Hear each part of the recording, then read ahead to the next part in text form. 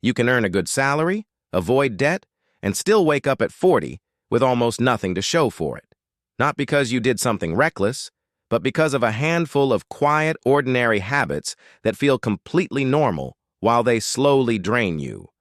By the end of this video, you'll know the 7 money habits that keep good, hardworking people broke in order. And the 7th one is the one almost nobody notices they're doing. Stick around, because fixing even 2 of these can change the entire trajectory of your money. Here's why this matters right now. Being broke usually isn't one big disaster. It's a slow leak. It's 1,000 small, reasonable-looking decisions that each cost you a little and add up to a life where money is always tight no matter how much comes in. The good news is that leaks are fixable, once you can actually see them. So let's find yours. Habit number 1, keeping all of your money in a regular savings account. It feels safe. It feels responsible. But a standard savings account today pays you almost nothing, while prices rise every single year.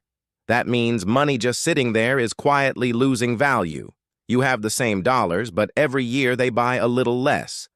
$10,000 left alone for a decade can lose a huge chunk of its real buying power without a single withdrawal. Safe feeling is not the same as safe.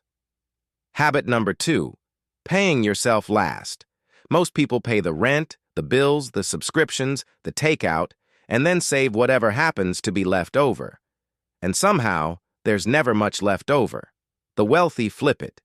They save and invest first, automatically, the day the money lands, and then live on the rest. Same income, completely different outcome, because the money is gone before you can spend it on things you won't remember in a month. And that's a perfect moment for a quick favor. If this is landing for you so far, don't forget to subscribe and give a thumbs up. It genuinely helps this channel reach more people who need to hear it, and it keeps these videos free for everyone. Okay, back to it. Habit number 3, financing things that lose value. This is a big one. Borrowing to buy an appreciating asset can build wealth, but borrowing to buy a depreciating one, a brand new car, the latest phone on a payment plan, furniture on buy now pay later, is paying interest for the privilege of owning something worth less every month. A car can lose a big slice of its value the moment you drive it off the lot, and you're often still paying it off years later. You're not just losing the money. You're losing the money plus the interest, plus everything that money could have grown into. Habit number 4, making only the minimum payment on credit cards. The minimum payment is designed to keep you in debt as long as legally possible. On a high-interest card, paying just the minimum on a few $1,000s can take over a decade to clear and can more than double what you originally borrowed. High-interest debt is the opposite of investing. It's compound interest working against you every single day at a rate almost no investment can beat. Killing it is one of the highest guaranteed returns you will ever get.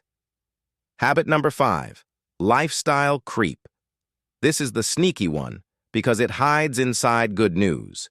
You get a raise, so you upgrade the apartment. You get a bonus, so you upgrade the car. Your income goes up, and your spending rises to meet it exactly. So you feel just as broke at $80,000 a year as you did at 50. The people who actually build wealth do the boring thing. When their income rises, they keep their lifestyle roughly flat and send the difference to work for them. The gap between what you earn and what you spend is the only thing that ever becomes wealth. Habit number 6, waiting for the perfect time to start investing. Waiting until you earn more. Waiting until the market calms down. Waiting until you fully understand everything.